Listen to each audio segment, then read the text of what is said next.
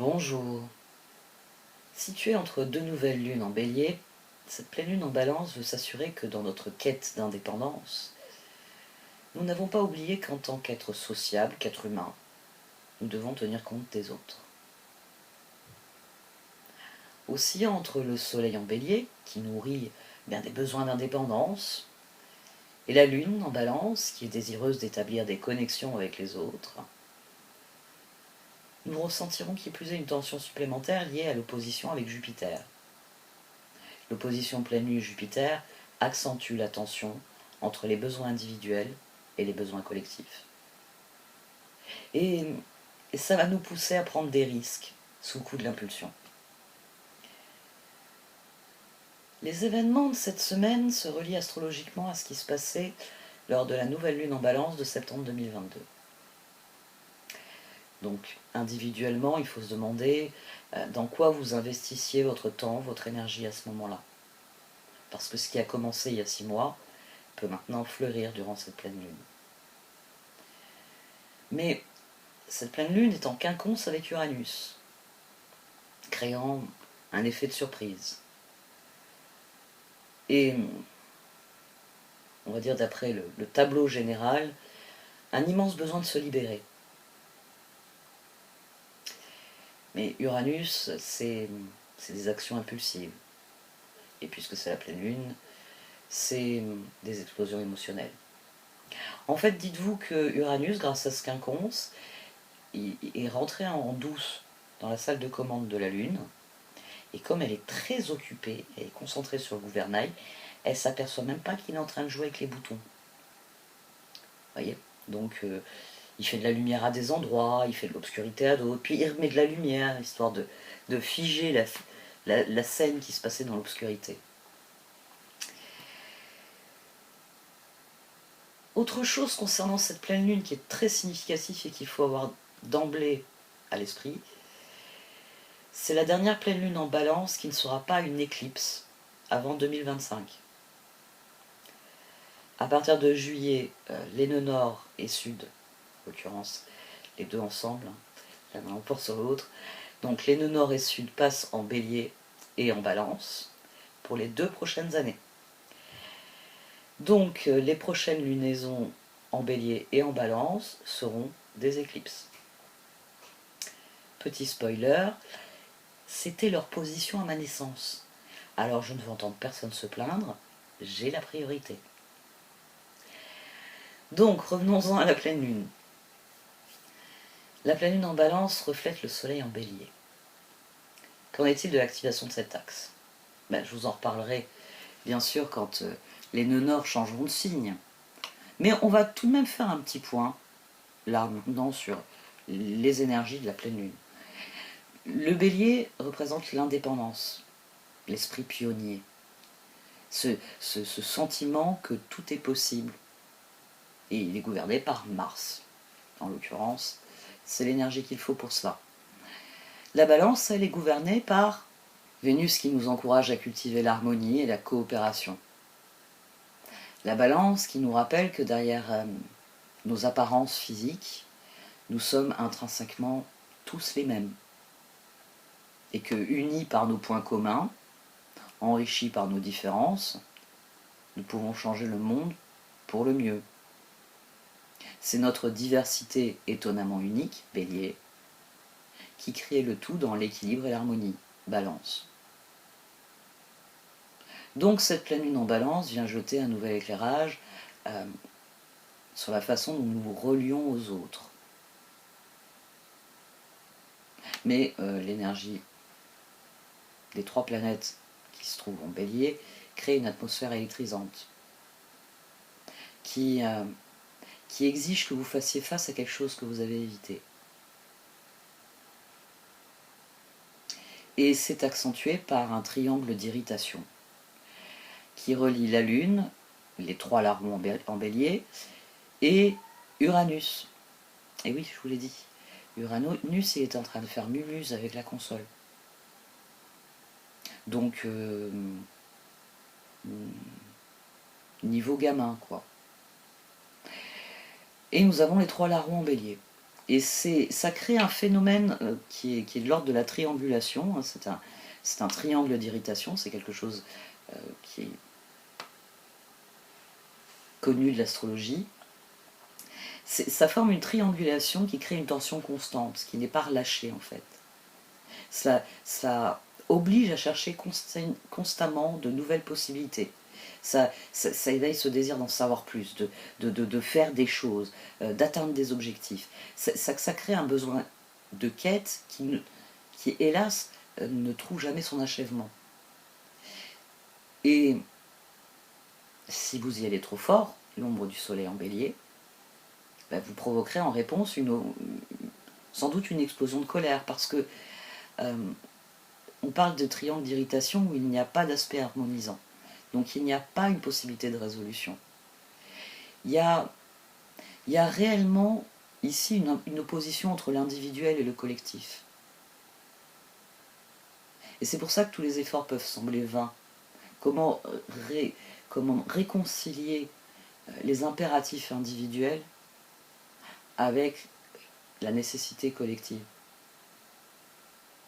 Mais, heureusement, Mercure vient à la rescousse avec son propre triangle. Et oui, j'en ai pas mal parlé finalement dans les tirages quotidiens. Mercure est sextile à Mars et va nous aider à aligner nos pensées avec nos actions. Vous vous sentirez pousser des ailes et vous pourrez littéralement abattre beaucoup de travail avec courage ou vous atteler à la tâche que vous n'arriviez pas à accomplir. Parce qu'il s'agit de canaliser l'esprit combatif qu'éveillent les planètes en bélier pour entreprendre ce que vous désirez. Mercure est aussi sextile à Saturne.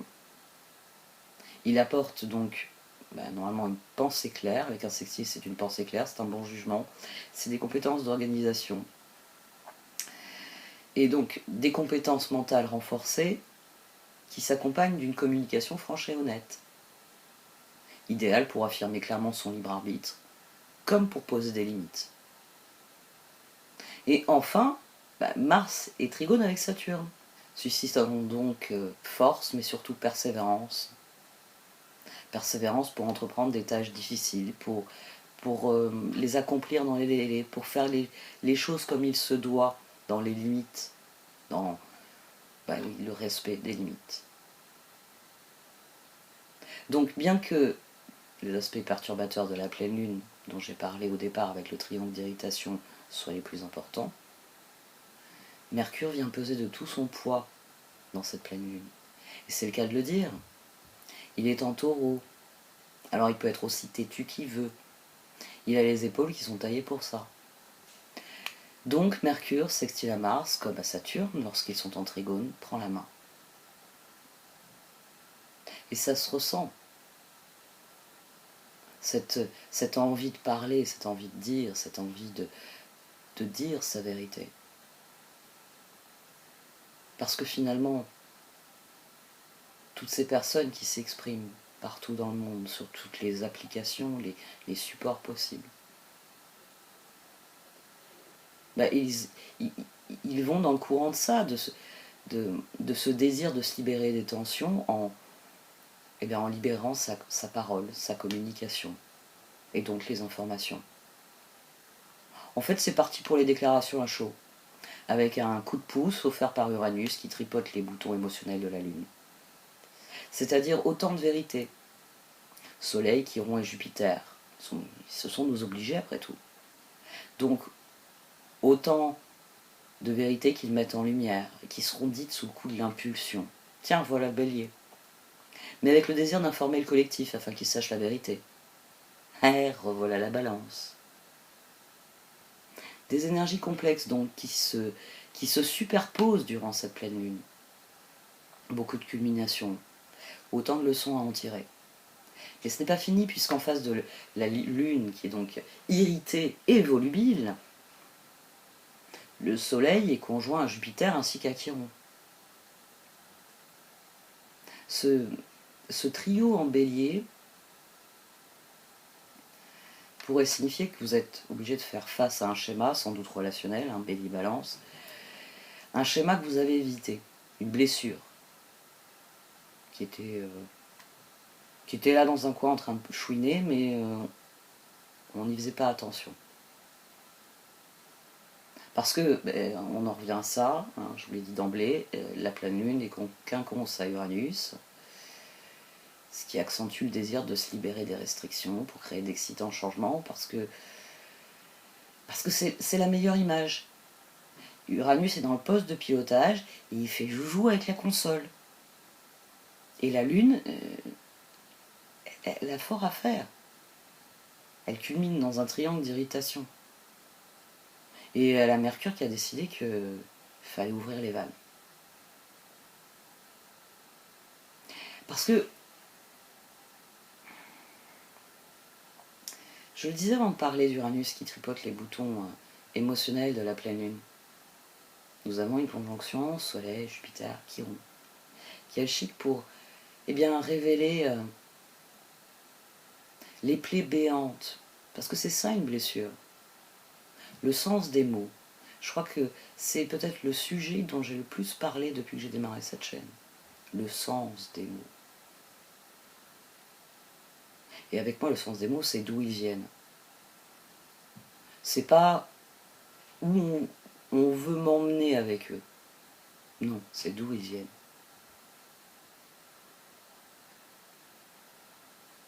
Et donc, on a donc un Casimir, Soleil Jupiter, ça j'en parlerai au quotidien, et Chiron, qui agit pour révéler donc les blessures. Cette pleine lune, elle va activer le collectif. Donc vous allez attirer des situations, des personnes qui vont refléter ou activer votre douleur. Peut-être vous devrez vous occuper de quelqu'un qui est blessé, même aux dépens de vous-même ici. Chiron, il est activé par le Soleil et par Jupiter pour nous permettre d'observer nos blessures et voir comment elles impactent notre existence propre, Bélier, mais aussi nos relations, Balance. Parce que nos blessures, elles nous empêchent d'être fonctionnels d'une manière individuelle, mais elles nous empêchent aussi d'être authentiques dans nos relations. Alors, Chiron nous apprend à accepter, à comprendre que nos blessures participent de ce que nous sommes réellement, qu'elles participent de notre authenticité. Et c'est pas la balance qui pousse à l'équilibre dans nos relations qui le contredira, puisque le premier champ d'application de la balance concerne la relation que nous entretenons avec nous-mêmes. Celle-ci est primordiale. C'est la relation que nous entretenons avec nous-mêmes est la garantie de ce que seront nos relations avec les autres. Et cette pleine lune, elle vient nous guider pour que nous soyons plus en phase avec nous-mêmes et avec le monde qui nous entoure. Parce que il s'agit d'un cercle vertueux, l'un ne va pas sans l'autre. Nous sommes un collectif. Nous sommes des êtres humains. Il n'y a qu'une seule espèce, l'être humain, si vous préférez. Nous sommes souvent très concentrés sur l'équilibre, l'harmonie à trouver dans notre monde intérieur. Mais cette pleine lune, elle souligne aussi que nous avons besoin d'être en harmonie avec notre environnement, d'être en accord avec les personnes qui nous entourent, de vivre en bonne intelligence. Parce que nous avons besoin de liens avec autrui. Nous avons besoin de faire confiance. Alors oui, parfois nous sommes pris dans les griffes d'une relation. Et une pleine lune en balance va vous permettre d'en sortir, parce qu'elle va vous montrer quelles sont les leçons à tirer pour que ça ne se reproduise plus. Mais surtout, elle va exiger que vous vous demandiez comment vous vous positionnez, où vous vous positionnez. En fait, cette pleine lune, elle vient semer une sacrée pagaille, parce qu'on a de multiples transits entre les planètes, mais ça n'a rien d'une surprise. Il suffit de voir comment nos sociétés tournent sur elles-mêmes depuis la nouvelle lune en Bélier. Et puis Saturne se noie en Poisson pendant que Pluton fait entrer ses bulldozers chez les Verseaux. Donc le moment est venu de canaliser cette énergie dans une spirale ascendante. Mais c'est irréalisable si on tente d'agir sur le collectif. Parce que toute révolution doit d'abord être individuelle, personnelle. Car le changement ne peut venir que de l'intérieur. Ensuite, il se propagera vers l'extérieur. Mais c'est uniquement en nous changeant nous-mêmes que, eh bien, un jour ou l'autre sera amené à changer. Parce que désormais, il devra composer avec vous.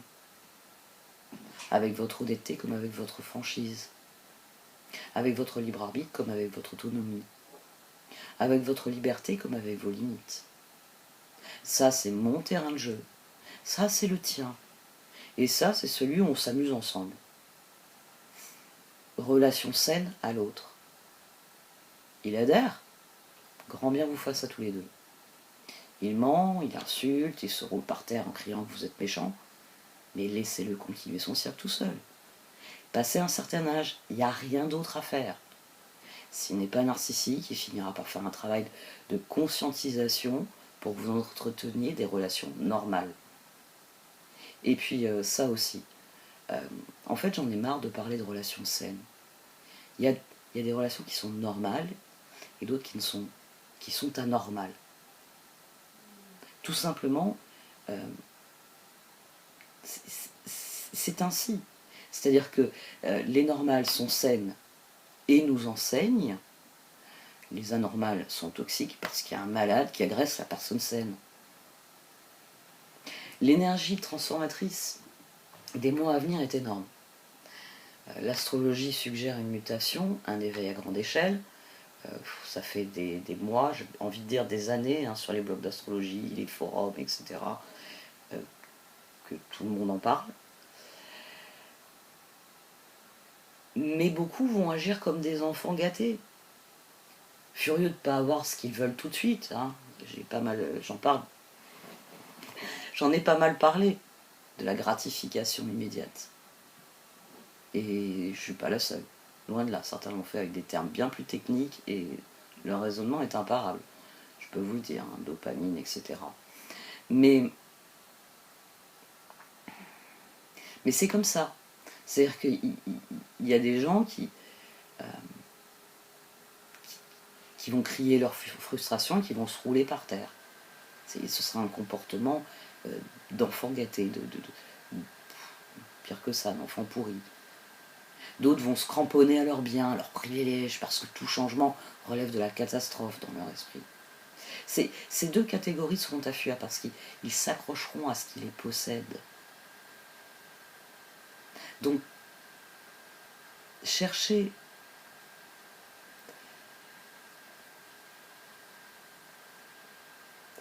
d'abord la relation à vous-même.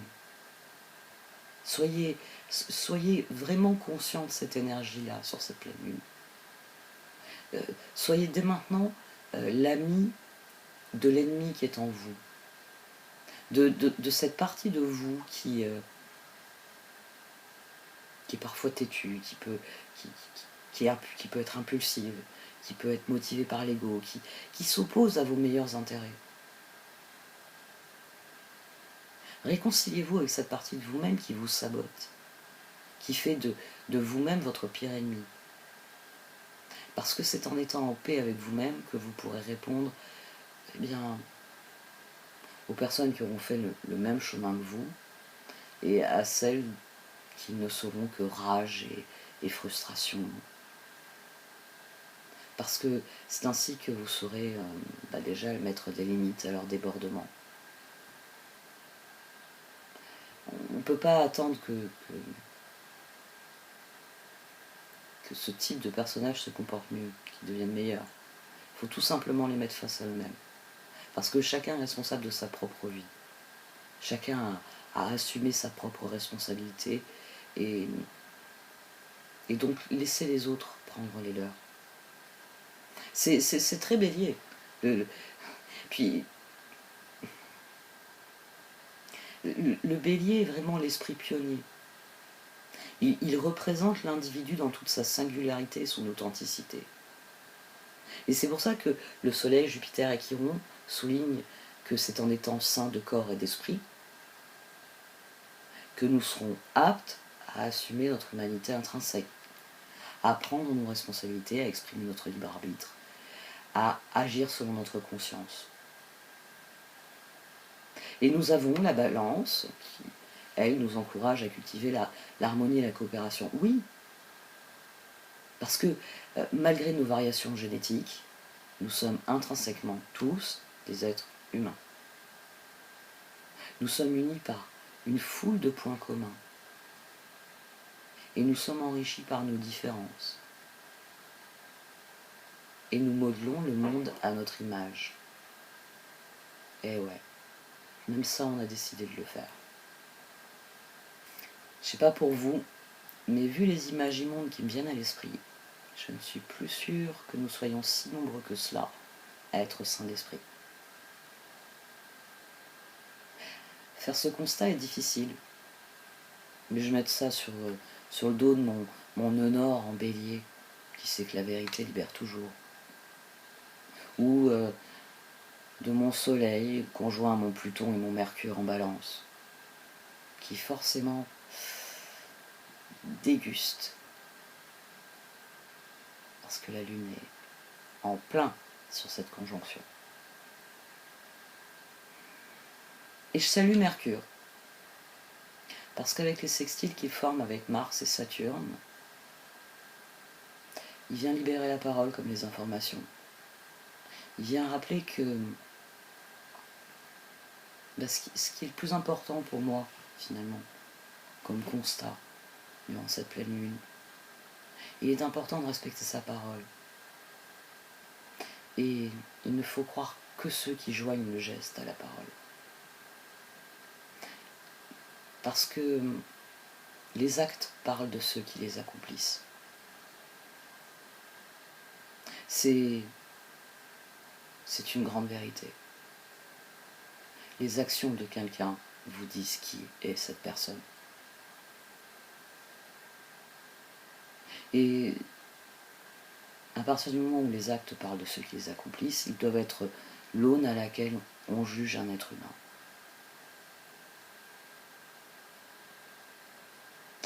Voilà qui permet de trier les relations normales de celles qui ne sont anormales. Ensuite, il suffit de faire le plus dur. Il faut en finir avec ce qui n'est pas normal. Ça, ce sera sûrement le sujet de la nouvelle lune en bélier, ou des prochaines éclipses. Oups, on y est. Merci de m'avoir écouté. Je vous souhaite une très belle pleine lune.